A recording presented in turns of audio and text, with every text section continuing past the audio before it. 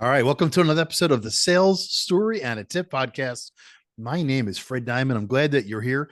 I also am the host of the Sales Game Changers podcast. And Stephen, I'm also the host of the Love Hope Line podcast. But today it's Sales Story and a Tip. You can find the Sales Story and a Tip podcast on Apple or on YouTube. If you're watching this on YouTube, please give us a thumbs up and leave a comment and subscribe. If you're listening to this on Apple Podcasts, please subscribe and give us a 5-star rating. All right. So on the Sales Story and a Tip podcast, my guest gives us a sales story. Either they make us laugh, they make us cry, but they definitely make us think. And then they tell us a tip that came from that story. All right. I got Stephen Steers on the show today. Stephen, give us an introduction. Hey, Fred, thank you so much for having me. Good morning, good afternoon, good evening, everybody. I'm Stephen Steers, native of New York City, and I help professional service firms and agencies tell the stories that get their customers excited to buy so they can increase close rates, increase their pipeline, and grow their revenue. And I have a lot of fun doing it. All right. Where are you located, by the way? I live in Mexico City, Mexico. Sunny and lovely food and lovely people. Come down and hit me up if you're on your way. All right. Stephen Steers, tell us a sales story. All right, so this story starts off in the early days of 2020, before the world went crazy. I had the fortune to be invited out to Istanbul, Turkey, to teach some workshops to local entrepreneurs out there. Great experience, had a lot of fun doing it. And I was working crazy hours. I was working Turkish hours and New York hours, as one does when you have a business. But on one of the few days that I got some time free, I wanted to explore the city. So if you've ever been to Istanbul, or if you've never been to Istanbul, there's a ton of history there, and I love history. So I started walking around in all these different neighborhoods, and eventually one I wound up in was called the Galata Tower Square.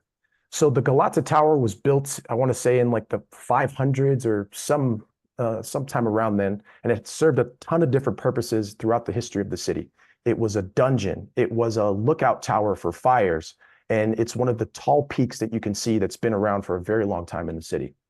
So this neighborhood is so old that the streets are too thin for cars to go around and navigate through. So I get into the neighborhood and I start at the bottom of the hill, very windy streets and roads. And as I'm starting to walk, I have my camera out. I'm sure I look like a tourist. You could tell I'm not from there. And as I start walking in the neighborhood, I see this guy who has his shoe shining box walking towards me. You know, it's the typical Turkish. It's got like little gold frills. It's very specific and signature to his specific family and his region, whatever. And as he walks past me, his shoe shining brush falls out of the box. And I'm like kind of in a rush. I have to go back and do some workshops in about an hour or two. So I was kind of like, should I say anything? And then I thought about it. I was like, well, if I drop something, I'd love somebody to tell me that I dropped it, right? Golden rule. That's what my parents taught me. And so I kind of hesitate. But then I see that he's just walked on and he's not even picking the brush up. So I was like, well, hey, let me call after him. And I don't speak any Turkish. I think I know like 5 words. And I said what I believe to be hello, which is merhaba. And I was like, merhaba, merhaba. And I yelled after him, and like he spins on a dime and turns towards me. And I was like, you dropped. And I pointed his brush. And he goes over and he starts like almost on tears. He's like, oh my goodness, thank you so much for finding this. Like I feed my family with this. Like, and he's very broken English speaking to me. He's like, oh, you've saved my life. You've saved my day. You've fed my family. And I was like, okay, yeah, no problem. Then he kind of corners me. And he's like, I will shine your shoes as a thanks for giving me back my brush. And I was like, no, man, I'm okay. I don't need any shoe shining right now. And he's like, no, I will shine. I was like, no, thanks. Because I had on Vans. I don't need any shoes shined because I have Vans on. And so like, I'm trying to get away from him. He's being a little pushy. And then at that exact moment, on the kitty corner, 3 stories up, someone bursts open their window and starts yelling at him in English, which I thought was very strange. And they're like, you always drop your brush and you bother the tourists. And I was like, what the heck? And as he turns around, I make my escape and start walking up the hill. And then like my sales brain's ticking over and over and over again. And I was like, wow, that's a genius way to generate leads. So while it has its kind of sketchy spirits, if you look at the bones of it, it's really quite genius. And here's what I mean by this. Mm-hmm. He was able to play on the story I would tell myself about being an honest person to start the conversation and drop a brush in front of me so that I would start a conversation with him so that he could pitch me on what he had to sell.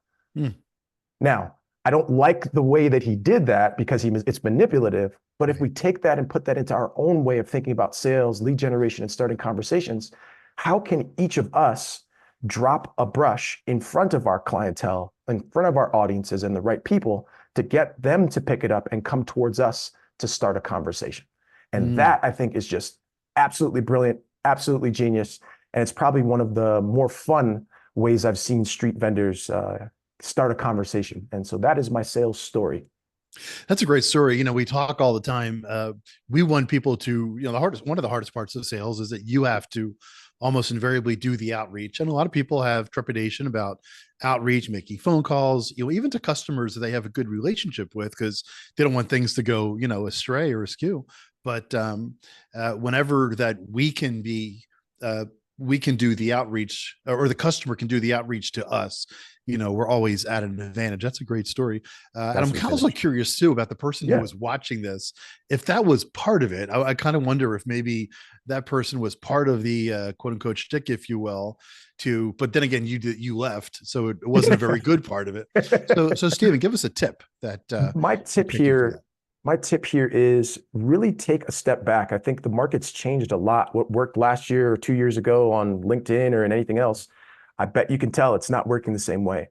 So my tip here is really take some steps back and look at your ideal customer and understand what way can you drop the brush Mm. for your clientele. That is my tip. Really take some time and some stock. What is going to get people to come towards me and ask me questions about things? Is that good content? Is that some things that you talked about on a podcast? Is that great lead magnets that are really adding so much value that they're overwhelmed and need to hit you up and have you do it for them? Really take some time and leverage the personalization. And I love that story for many reasons, but I think the part where it really got me as a storyteller, as an author who writes about storytelling as well, Mhm. is he was able to capture the story I told about myself. Mm.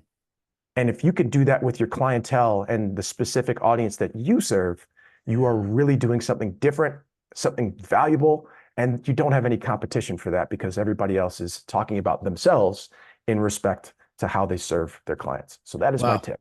That is excellent. Once again, I want to thank Steven Steers, for being on today's sales story and a tip podcast. My name is Fred Diamond.